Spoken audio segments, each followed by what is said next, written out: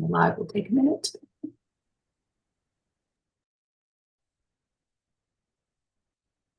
All right.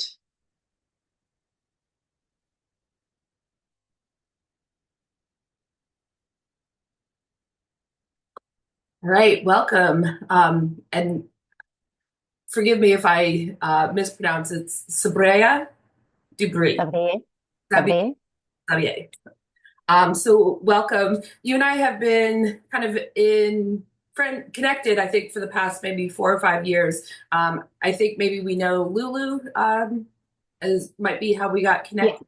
hmm And so you do kind of this sacred soul work that kind of like dives deep into the shadow to help people unlock like what's hidden within them. Their gifts and because like our shadows are what keep us safe as kids, but no longer support us as adults, correct? True. And it's not only that they hide our power, but they also block the things that we want, such as love, wealth, happiness, the like business that we dream of. All of these things can be blocked because subconsciously we feel that they aren't safe or that we don't deserve them or not worthy of them. And then, often there's this like idea, well, but because you consciously don't recognize that it mustn't be true. But often there's this huge conflict between what we believe consciously and what we believe subconsciously. And the subconscious always wins. When there's a conflict between the two, the subconscious always cancels out the conscious, like thought, belief, etc. And so it's very important to work on the subconscious because that's where, that holds the key to unlocking the life that we actually want to be living. Yeah. Um, so for people who are new to you, can you share a little bit about like how you started on this journey? Because you've been doing this work for, I believe, like at least 20 years, if I read that correctly. Yes, I've been in the personal development industry for the past 20 years, but soul embodiment therapy I've been doing for 10 years. And I got on this path through a twin flame experience. And when I visited India, when I came back, I actually had unlocked one of my own soul gifts Oh, wow. through, being there, meeting this person in real life, doing my own healing work, and all of a sudden I was able to, bring people back into previous lifetimes, and it just went deeper and deeper and deeper. And so now the work that I do is really bring them back on a soul path level, starting from the split from source, so that they can really see, well, what is the evolution that I've gone through as a soul, and what are the memories that are holding me back from that experience. Yeah. And I love that because I think there's a lot of healers who are afraid to dive that deeply into the healing. Like I've experienced and they're great healers, but it's very surface level. And Exactly. it kind of keeps this repeating pattern of healing instead of like Yeah. getting to the deep root causes. And I think Yeah. that's where our shadows come in. Yeah. Yeah, exactly. Well, exactly. Those are the ones creating the repeating patterns. But not only that, the issue with what you're talking about is that we kind of like constantly need maintenance. We need to like go back and have another session, and tweak it a little bit this, and oh, my energy is dropping again.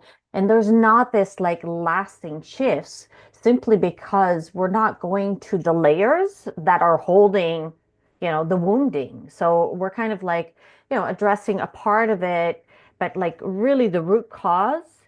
And I've looked over the years, and like everybody who's in the healing industry claims to be addressing the root cause, but almost nobody is.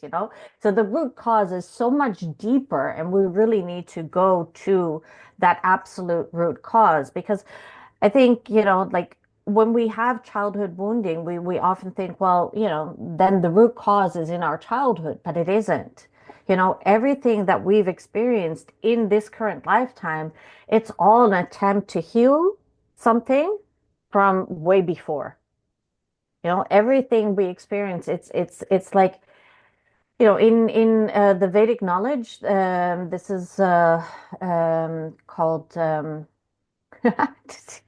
blanking on it, but um, there are these imprints, and I'm going to find them again, that word, but there are these karmic imprints that we're just carrying in our vibrational field. And because we are carrying them in our vibrational field and subconsciously, they're creating the life that we're experiencing. So Carl Jung is talking about this when he says, until you make the unconscious conscious, it will rule your life and you will think it's fate. Yeah, that's one.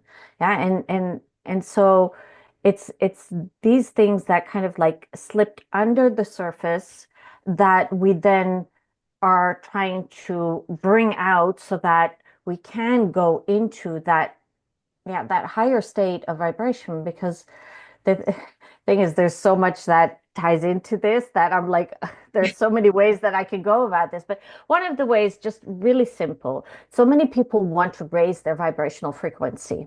And then they do all of these exercises, meditations, etc., to kind of like artificially get into a high vibe, and then are frantic about doing anything that would, get them out of that higher state of frequency.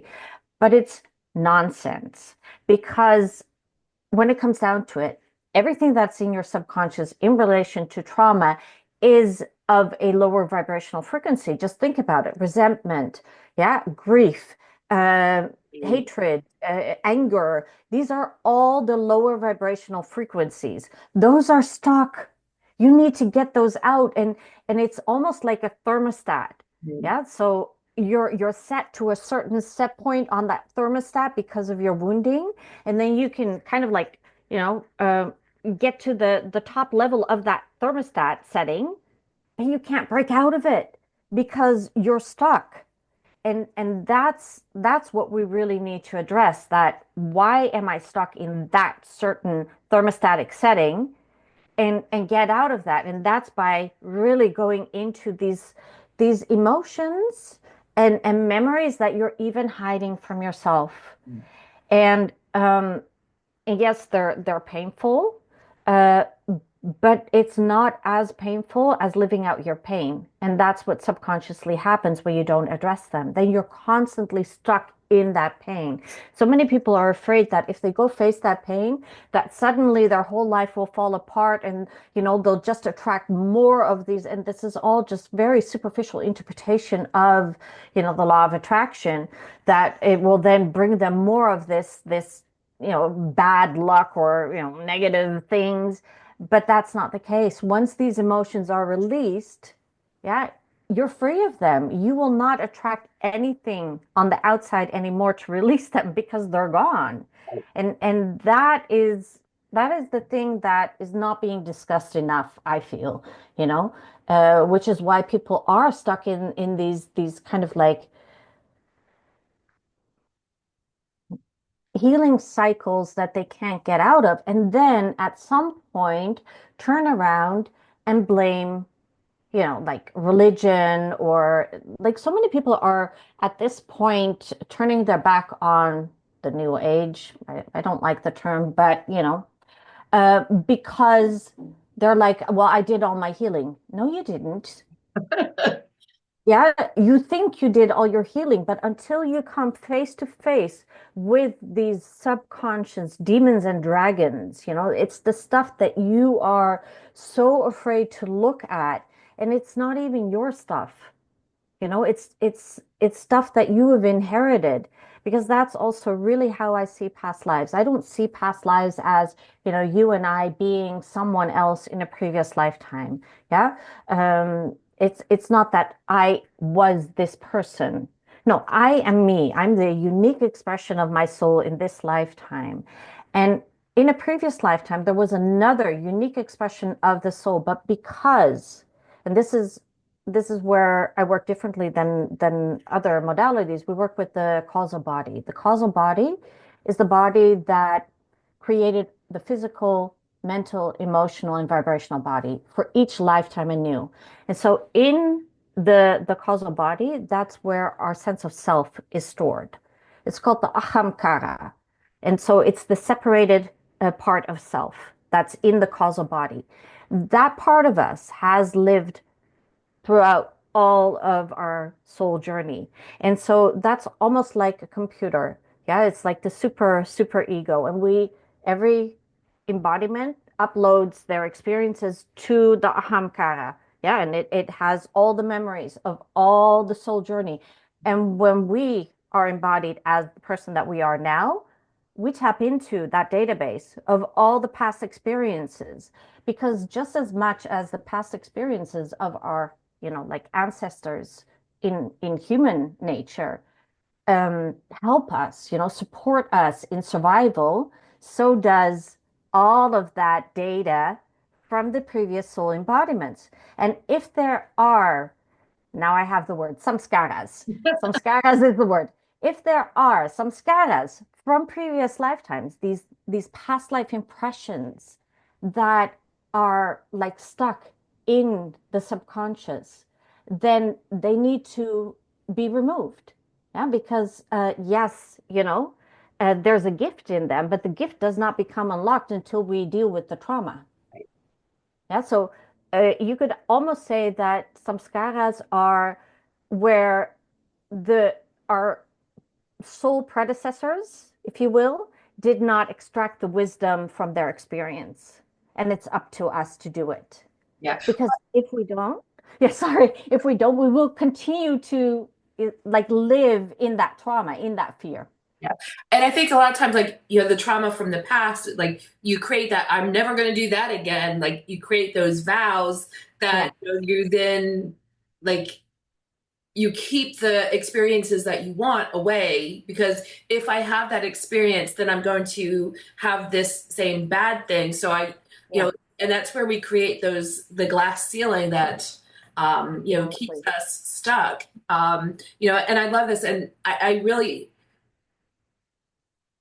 not enough people talk about this. And I think Mm, some of it, like, I think there's a good thing to like the, being trauma informed, but like my experience with, people who claim to be trauma informed, it's almost like they're giving people an out of like, you don't have to go that deep. You don't have to okay. get to that. And it's like, no, like maybe Yeah, like right in the immediate trauma, like you don't need to go into that. But at some point we do have to dive deep into it. We have to deal with it and process it because that's the only way we can release its energy that's stored in our soul and in our I agree. bodies.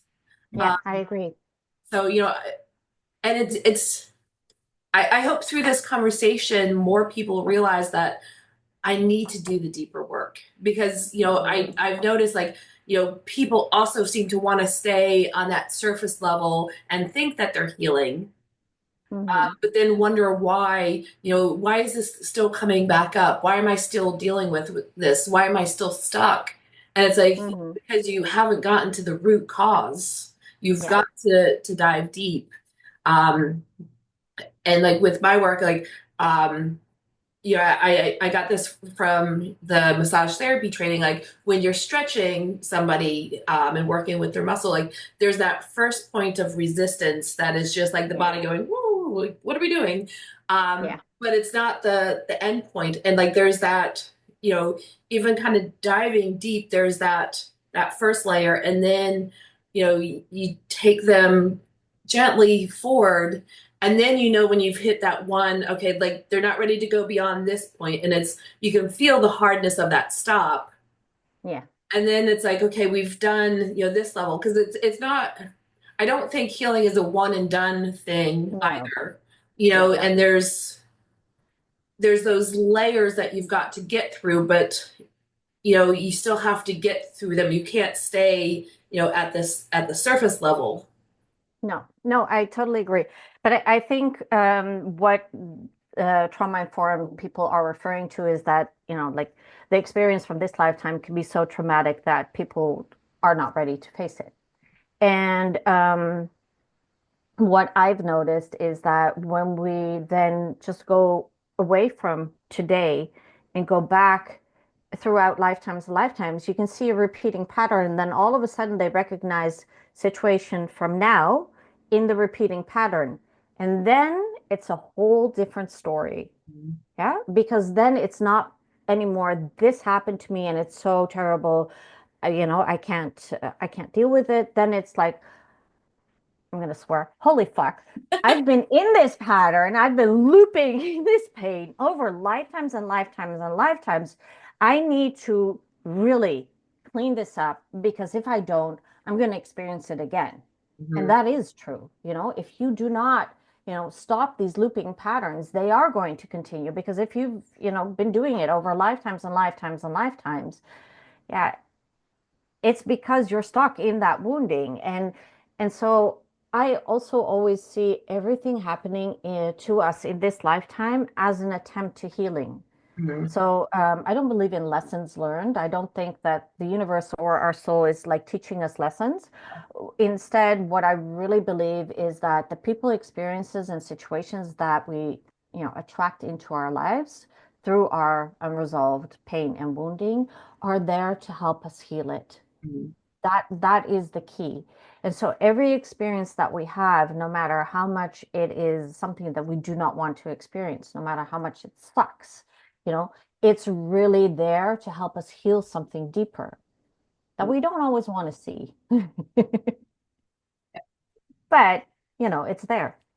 So how do you like with your clients, how do you help them know like because somebody may not be ready to dive deep first. They may have to do a little bit of surface stuff. They may have to do a little bit of work before they're ready to dive deep. So how do you help clients navigate like where they are and how to know when they're really ready for that deeper work? Yeah, I think my clients in that case just pre-select themselves, and they come when they're ready. Um, and Yeah, and then we simply go into the work and we see where it ends, I mean, like in the beginning, I never know what's going on, what we're going to be looking at, but it becomes clear through everything that we see within the session. And I will do my best to bring someone to their original wound and have a lot of patience with that. Um, and most people will go there. There is really sometimes a person that will not, and then I will take them to whatever extent they are willing to go themselves. But in general, I'm successful in getting people to where they should be. Nice. Yeah. So on Facebook, Deborah said, wow, there's a lot of interesting points that you've been making. And Cam says we contribute to the collective wounding when we play a small part of the bigger whole. Such a dynamic journey. Yeah, beautiful. Hi, Um, Deborah. Hi, Cam. what do you think like are the biggest patterns? Because we are a collective. We are like Yeah. um, Well, you know, that's a good one. yeah. Because now we're going to dive into the shadow archetypes. So there are four shadow archetypes that I work with, two masculine, two feminine, and they're both counterparts. So we have the rigid inner feminine and the collapse inner masculine. So that's kind of like the woman is the boss, the man is more in kind of like a child's position. And so it I mean, yes, there are these women who say, "Well, my son is, or my husband is my fifth child, or whatever," But I'm referring more to like the guys with Peter Pan syndrome, who kind of like never want to grow up, don't want to carry responsibility, are not that good with commitment, are not good in providing, protecting, And it's not because they don't want to, but it's because they are completely disconnected from their inner masculine. And so, and when that happens, it happens to women as well. So when a woman attracts a man with a collapse in a masculine, she has a collapse in a masculine as well. And as a woman, when we have a collapse in a masculine, it rigidifies the feminine, the inner feminine, because she has to take his place, and she can only take his place by sacrificing her own femininity because she has to close off to protect herself. And so she has to give up her fluidity, her receptivity, her openness, her vulnerability, all of these, more feminine traits she has to let go of in order to protect herself. And, when I'm talking about, I know that you understand, but just for everyone who's watching, that when I talk about the inner masculine, inner feminine, we all have it. Men have an inner feminine and an inner masculine. Women have an feminine and inner masculine. Whether you're gay, whether you're transgender, it doesn't matter. Everyone, every psyche, every psyche consists of a masculine and feminine part. And so that's one way that it can manifest this yin and yang. And then there's the more traditional patriarchal way that it can manifest, and that's the overbearing masculine. That's where the masculine is more the yang. The rigid inner feminine is the yang in the other couple. And then the insatiable inner feminine is the yin expression of the feminine. And so that those are more along the lines of patriarchy. He's the boss, she's the nurturer, yeah, et cetera, et cetera. So they're in this um, dynamic from the patriarchy, and so the really deeper underlying wounding with them is that they don't trust the feminine. So the overbearing masculine tries to dominate and imprison the inner feminine. He tries to shut her up, and so um, in doing so, she becomes really, really small. But everything that becomes small has to at some point explode, and Mhm. that's when she becomes insatiable. Then she becomes this big destructive force, and she goes into manipulation and enmeshment and no borders. She becomes wounded, and so the rigid inner feminine and the collapsed inner masculine are caused by father wounding, and the overbearing inner masculine and the insatiable inner feminine are caused by mother wounding. And on a soul path level, those are the wounds we have with God itself, yeah, as the divine masculine, and life as the great mother, the divine feminine. And so, on a soul level, what really can happen is that the ego, um, the personality interprets life as being very careless and cold Mhm. and not nourishing and supportive. Yeah, so the mother aspect of life, and that's because every time we incarnate, we go through this quote unquote hell, right? Because we're solving all of our stuff that we took with us. And so that's one route. So that's the insatiable inner feminine and the overbearing inner masculine. But the other route is with the collapsed inner masculine and the rigid inner feminine is really this wounding with God, that when we split from source, that we interpret it as being betrayed, being rejected, being abandoned, being cast out, yeah, being what is it, discarded. Yeah, those are all these ways that we can interpret that split from source, and then because of that story, we create this certain narrative. And for the collapse inner masculine, which is how also the rigid inner feminine is created, the rigid inner feminine is not a separate thing, it's a result of. It's really this idea that he's cast out of heaven. He's like Lucifer, and so what he does, Lucifer was once God's favorite, right? And then he becomes cast out because of his rebellion. And so what a psyche does once he feels that he's been cast out of heaven is he goes in this pattern of self-blame. And this is a very interesting dynamic because this is exactly what we do on a child level as well. Yeah.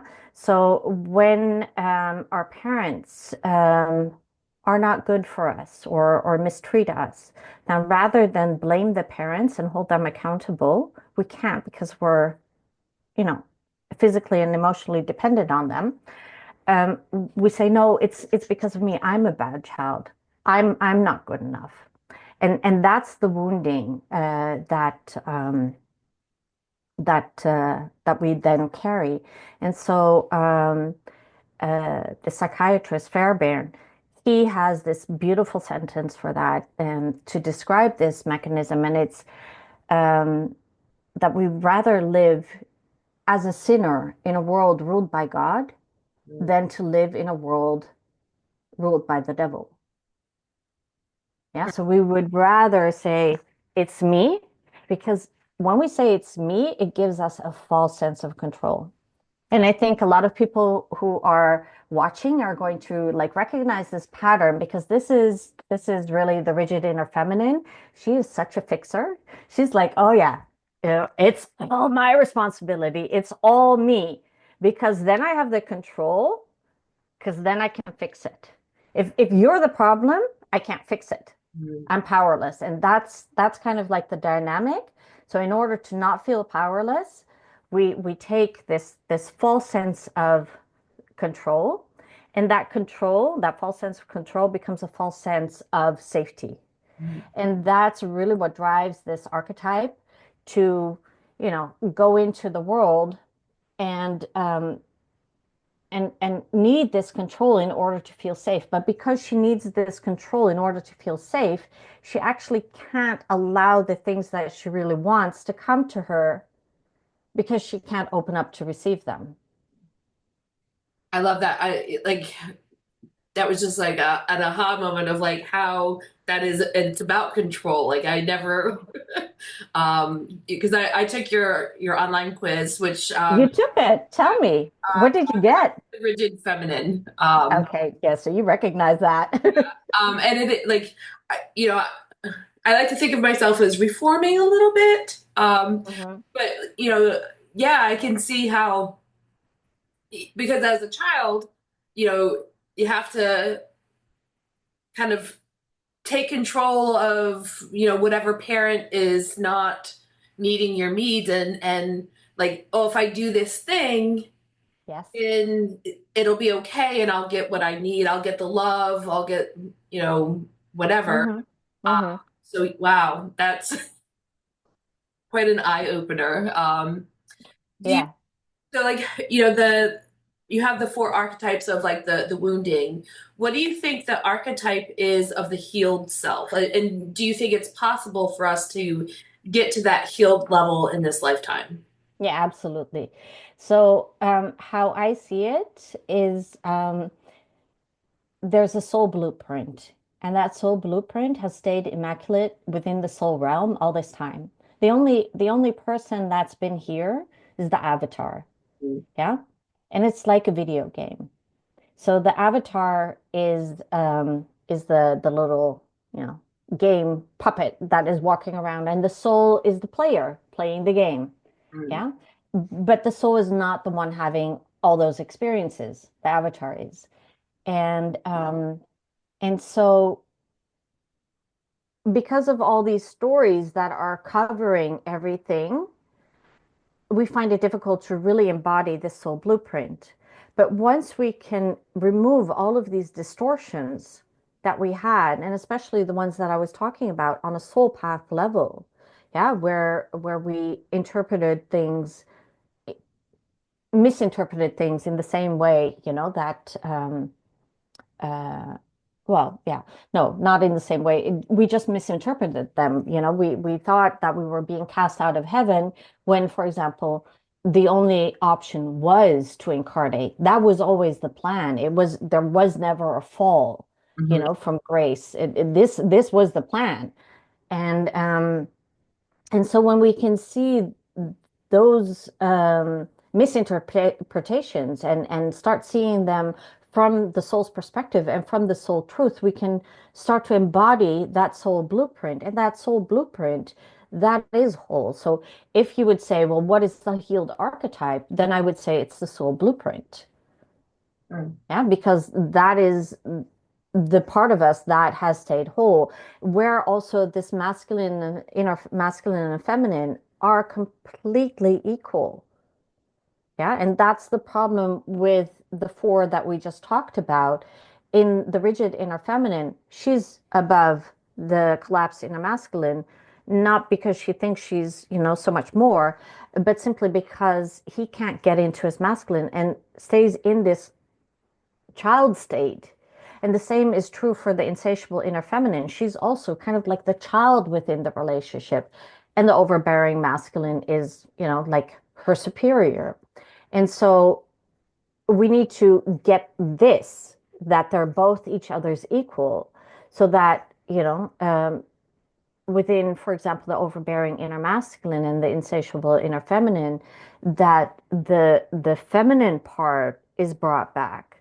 But within the rigid inner feminine and the collapsed inner masculine, it's the masculine part that has been disowned.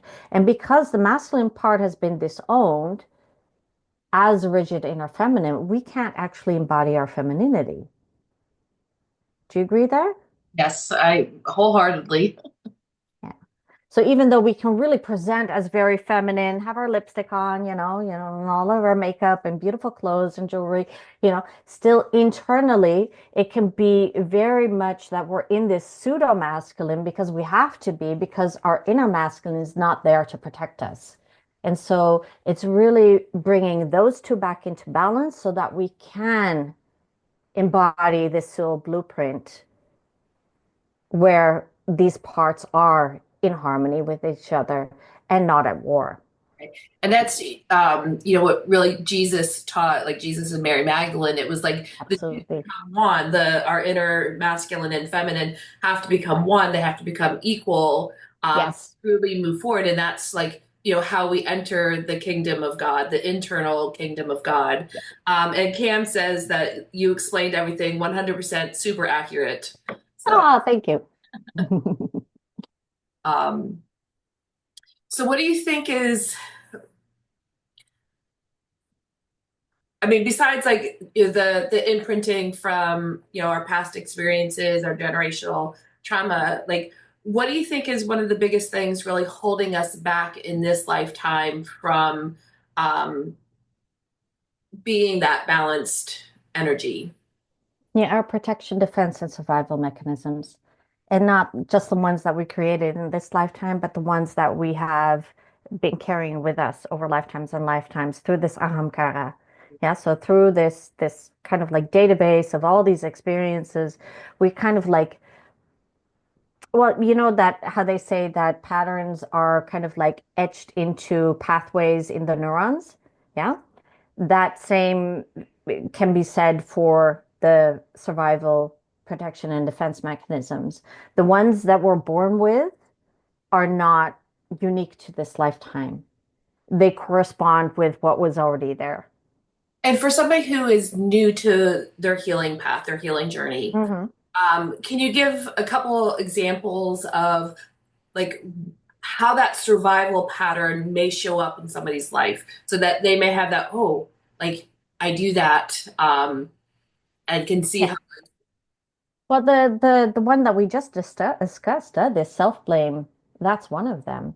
The other one is, of course, people pleasing, fawning. Yeah, that's also a survival mechanism. Yeah. So it's how we respond to um, neglect, abuse, difficult experiences. Yeah. The one will say, it's me. Yeah, I'm the problem. Then I can fix myself because I sure as hell can't fix you. And the other one says, okay, um, I am, emotionally, physically, mentally dependent on this person.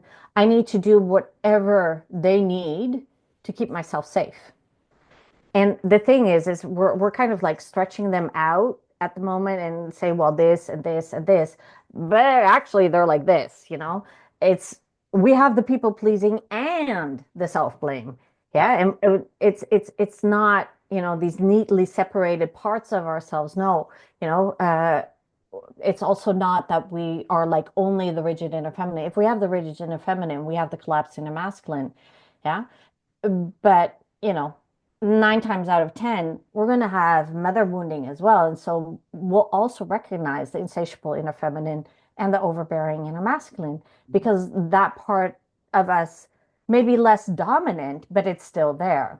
And so these are all ways that these survival patterns work through in our lives and continue to limit us today, keep us small.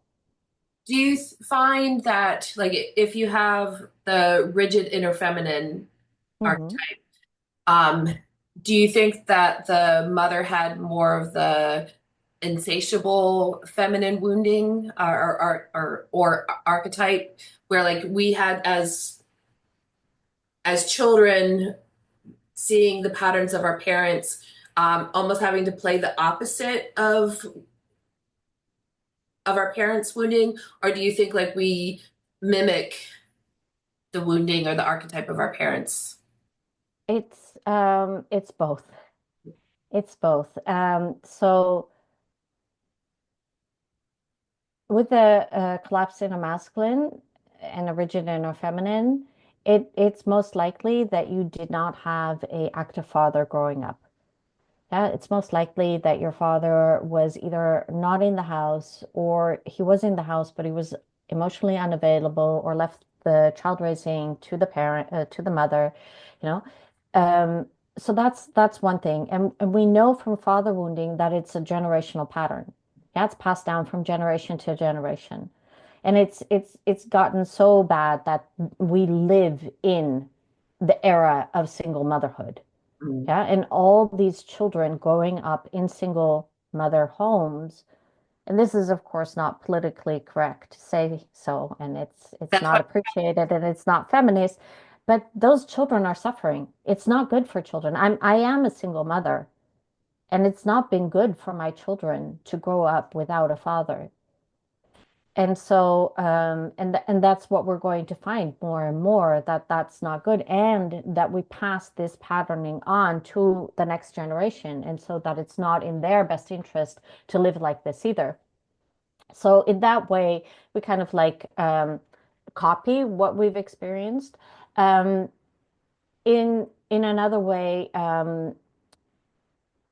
yes, an insatiable inner feminine mother contributes to a rigid inner feminine daughter, simply because when you have a overbearing father and the insatiable inner feminine, she is like lost all contact with her power, right? She cannot, she can't stand on her own 2 feet. And so she can never protect her daughter against, the overbearingness of the father, which can create this father wounding. Yeah, so it's very much interwoven into each other. But again, like even our parents are not just one and the other. They're also a mixture. And like, we can be, for example, 95 and 5%, and our parents can still be something like 65 and 35%. Yeah, so it's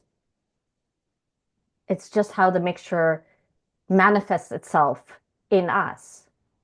and I think that might be because I think like part of the questioning in your quiz was, um, or I think like one of the answers was like, sometimes I have this pattern with certain people. And so like there's certain people that maybe trigger, and they're triggering that because it's the way the life communicates with us of like this is something, this is a pattern, this is something to look at. And so like we kind of attract certain people that, you know, maybe we're afraid to speak our truth to or, you know, confront, or Yeah. you know, they bring out that overbearing feminine or the rigid Mhm. feminine, and other Mhm. like bring out other parts of our personality.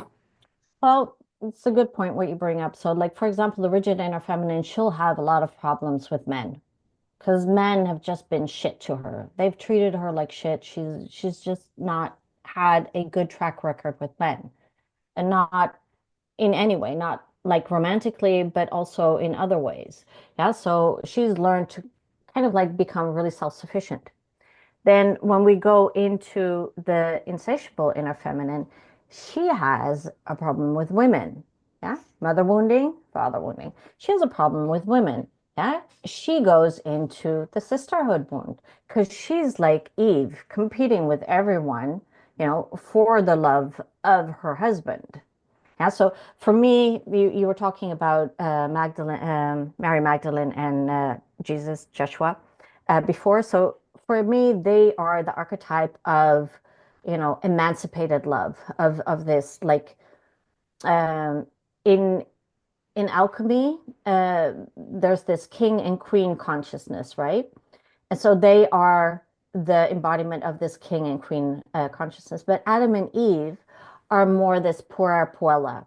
And those are like the immature states. Mm. And so in those immature states, yeah, within the patriarchy, for example, women were really taught to compete with other women for the love and protection of men for their survival. And so that's why the insatiable inner feminine will have her beef with other women because they're going to steal her survival. Mm. Yeah. So that's kind of like how all of these collective patterns work through in us and how we play them out with other people in our lives. Very interesting. Um, hmm. So much to unpack because as you're speaking, I'm like thinking about my own life, how that shows up. Yeah, exactly. Um, like it, because some of this can feel overwhelming of like, oh my God, like, you know, I do that, I have this pattern, I have that pattern. Like, what are some words of hope that you can give people that it's like, yes, we have this healing to do, um, but you know, this is what the future is. Well, that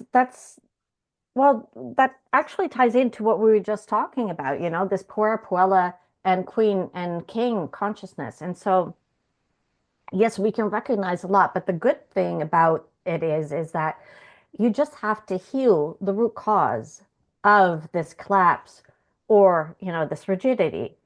And so when we heal that, it's not just one thing. It's like um, all these strings attached to all these different areas of our lives that we're playing out this type of wounding. And so we don't have to do 20 sessions to address each of them individually because when we address the root cause of, for example, the collapsed inner masculine, of the rigid inner feminine, or of the other two archetypes, then we can start healing how that plays out in our lives. And we don't need to address every single thing individually. Yeah, so we don't need to like fix your relationship, fix your work life, your finances. No, it's by fixing the root cause that it flows through in all of those areas. And Cam asks that the king queen consciousness is that the balance between the masculine and feminine? Yes. Yeah, because then they're both on their own thrones, right? Then they're equals. And in this puer puella state, they're so immature that they're kind of like still fighting with each other. Like, yeah, who's going to be the boss? Who, no, I want it this way. I want it that way. Like they, And the blaming, you're to blame for yeah, exactly. Yeah. It's your fault. Yeah. So as you're talking, you know, one of the questions that came up, so like you're in a relationship and like this is the person, like I love this person, even though things aren't always great, we have these patterns, like, we have to heal ourselves, but like Yes. how do we have that conversation with our partner, um, to also bring them into healing their part, or as we heal ourselves, like will part of them heal because they don't have our wounding to work with anymore, so like they have to level up, or um like True. how do you navigate that with your clients? So I have a perfect example of that. One of my clients was a psychiatrist. Her marriage was near to finished. She didn't want to stay there anymore, but she couldn't leave either. And so initially I thought, okay, well, I'm just gonna build her to be able to stand on our own 2 feet. Maybe that's the issue. But then that wasn't the issue. In reality, she just really, really wanted that relationship to work. And so we started working on where she was constantly talking to his hurt little inner child. And because every time she did that, he would lash out at her.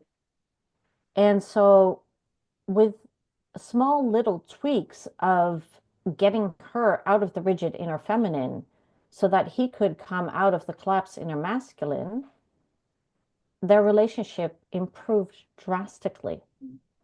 Yeah. And so he did not have to have,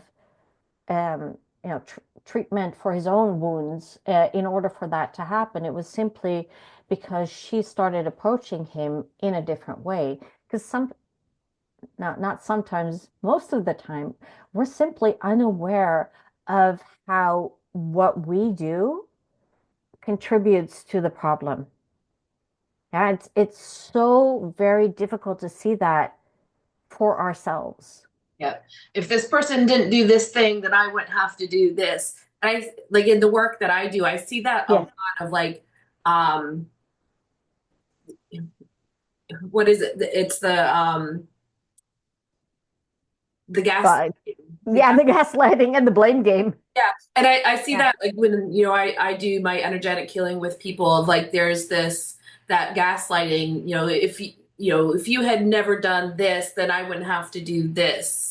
Yeah. Um, you know, but it's like once we unlock and release like whatever that pattern is, then it's like there's no longer that blame. Like we can't be Yeah. triggered that by an external thing, and we no Yeah. longer like we relationships are going to have to like split, because they're trauma bonds and that's what the relationship is built on, or both people are going to have to level up and find that, oh, I no longer have to play this role with you anymore. Yeah. I can automatically step into my whole masculine or my healed feminine, Mhm. and have a different relationship with you. True. True. But what I also see is that like our external masculine feminine relationship or our external romantic relationship can also be in sex relationship is a mirror to our own inner masculine and feminine dysfunction. Yeah, and so just as much as that when we have a rigid inner feminine, we tend to get into a relationship with a collapsed inner masculine. Because imagine getting into a relationship as a rigid inner feminine with an overbearing inner masculine, you are constantly fighting. You're constantly fighting for the alpha position. Yeah, it's not a fight that you're going to win. Yeah, it's just going to be one road of exhaustion. And so and that kind of like fighting for the male position is still true within the collapsed inner masculine and the rigid inner feminine, but it's not as explosive. So yes, that is true. But at the same time, whatever is going on within yourself as a conflict is what is being mirrored back to you as a conflict in your relationship as a mirror for your healing. And I think if we can look at it in that way, it's much easier to become less attached to he she, he said, she said, and then this happened and that, like the problem is that at some point people get into these like corners and backed up into these corners that they can hardly get out of. And then it's just really, really important to start doing this work because this will get you out. And I've seen like people who have been for years in couples therapy and were not able to get out through couples therapy, get out through this work simply because they're healing these parts within themselves. Yeah, I love that. And I hear that from a lot of people that like, talk therapy, it serves its purpose, but absolutely. it's only looking at, this one layer of life instead of this deeper thing. And it's you're talking about the problem, reinforcing the problem, creating more of that instead of like, where is the root cause? Hmm. How many generations or lifetimes back is it? Where did that pattern start? And Hmm. how do I release it and clear it? Yeah, yeah, So, I love that and I love this work. And, Cam said if one does not level up, separation basically occurs after the trauma bonding. And Deborah asked about the assessment, and I will, if you want to yeah. share how people can get in touch with you, and I will put links in the chat after. Okay, great. Yeah, so well, I think we need the links. So I have a quite complicated first name and last name. But my website is sabrieyedubrie.com. And that's where you can find a lot of in-depth articles about psychology, spirituality, and also on the archetypes and on patriarchy and the whole soul journey. Plus some great tests. We have the assessment for the shadow archetypes for the inner masculine, inner feminine. But I also recently released a test for shadow Bachflower remedies that can help you go deeper into your shadow work. So there's all these kind of like fun things. There's also an oracle there that you can use to kind of like decipher what needs to be healed next. So it's just one big healing resource. Yeah, I was kind of poking around a little bit before the call, and I was like, wow, there's so much here. Because at first I thought it was gonna like there was I forget what part it was, but I think it was like diving deeper into certain topics, and I thought like they were going to be classes or something like that, but they were actually articles that kind of Yeah. took you through all of that information. So Yeah, the Soul series. yeah. Yeah, yeah, they're really good. So I'm excited to start to dive into that more. I shared the link to the masculine and feminine shadow quiz, Amazing. Thank you. which from that people can then get in, directly into your website. You also have your link tree. Let me share that here as well. Yeah. Is that Yeah. Everything is on there as well.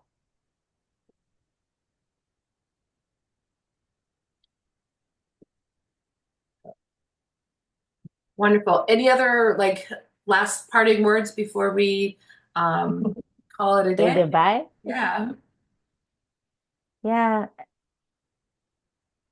Don't be afraid to take this deep dive because the only thing that can happen is that you set yourself free. I Yeah. mean, like facing your inner truth is the most liberating thing that can happen to you. It's not this, traumatic, scary thing. It is really seeing, where you've kind of been holding yourself in these repeating loops and then be like, holy fuck, I was doing this to myself. Right? Yeah. Like that's both like the an empowering thing and like it is that holy fuck, I've done that to myself. I have created this. And we have to take responsibility for our lives and stuff.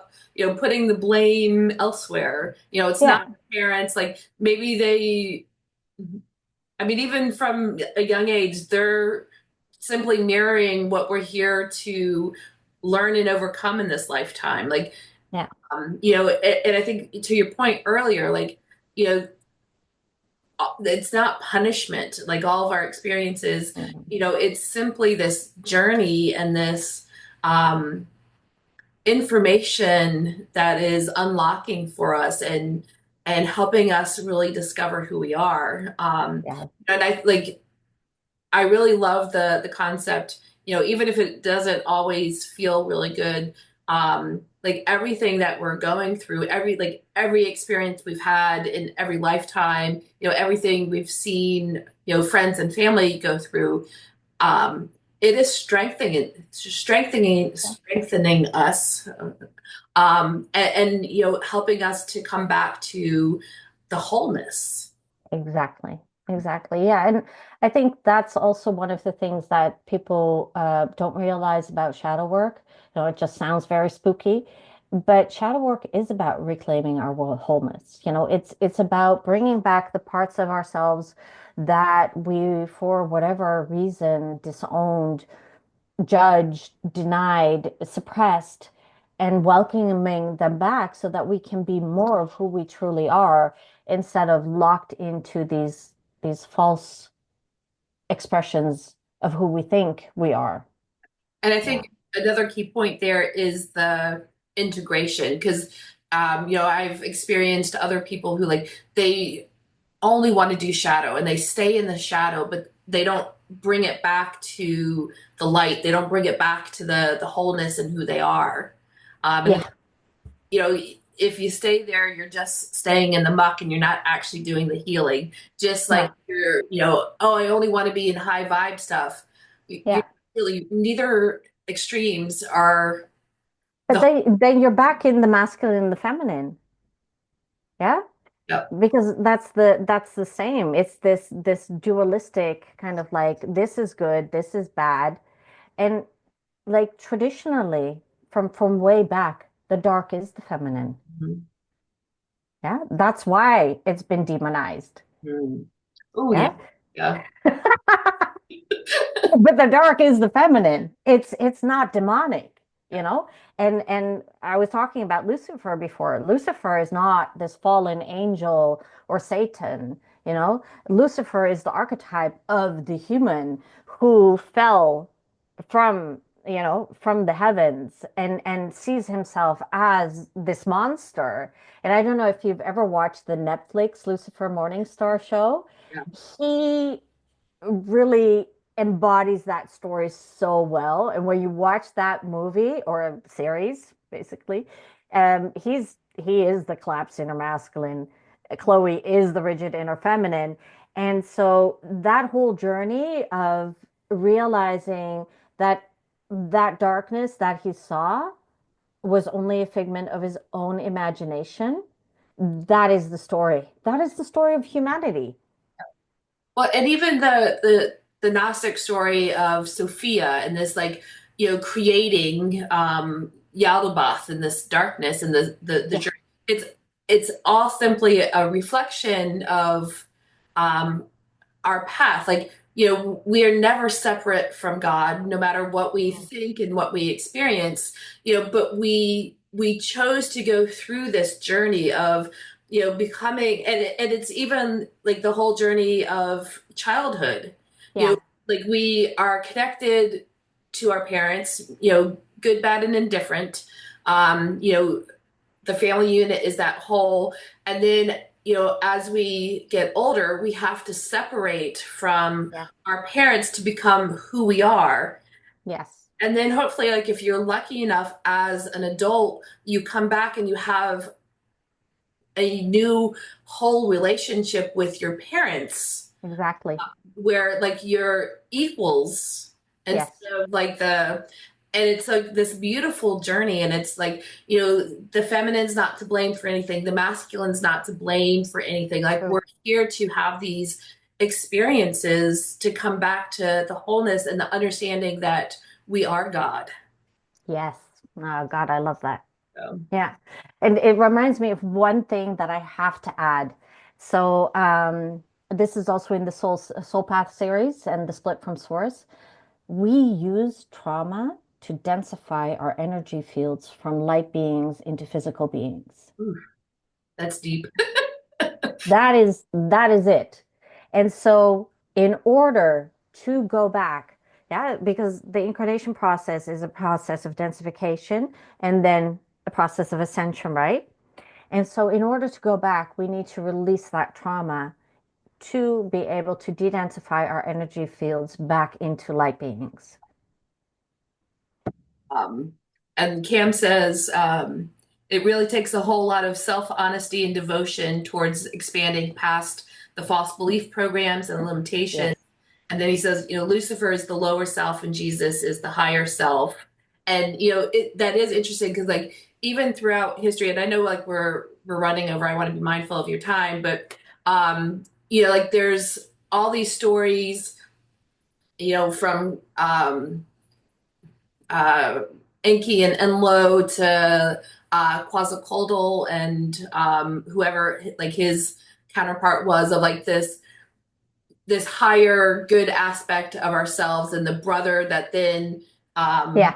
comes in to take down and it is that inner battle of Yes. ourselves between like, the density within us and the lightness within us, the masculine and the feminine within us. And, like that is the constant inner battle that we're going through.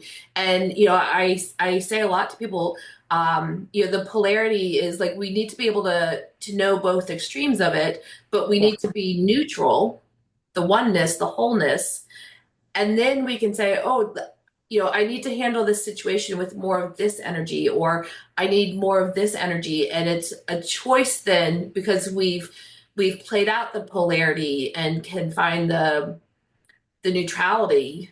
Uh, Or the unity. yeah, and it's not, we're no longer reactive, we're Yeah. responding. And Yeah. that's how we actually become co-creators of life.